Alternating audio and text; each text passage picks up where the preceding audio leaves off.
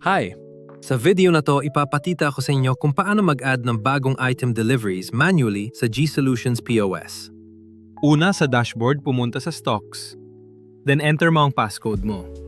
Pwede kang mag-search by category or supplier. This time, piliin natin si supplier, Creats.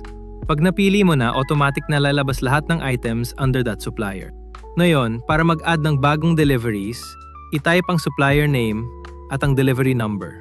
Pwede mong gamitin ang sales invoice number o resibo, for example, SI123.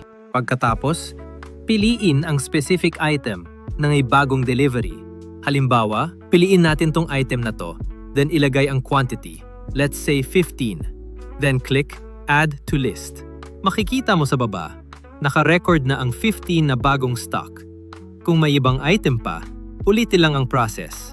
Piliin, lagay ng quantity, then add to list.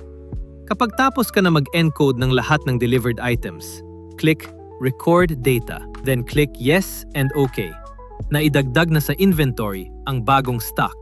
Para ma-check, pumunta sa Reports, ilagay ulit ang passcode, then piliin ang Inventory Receiving Report. I-type ang delivery number na ginamit mo, then click Search. Makikita mo na ngayon ang list ng lahat ng bagong items na naidagdag sa inventory mo. And that's it!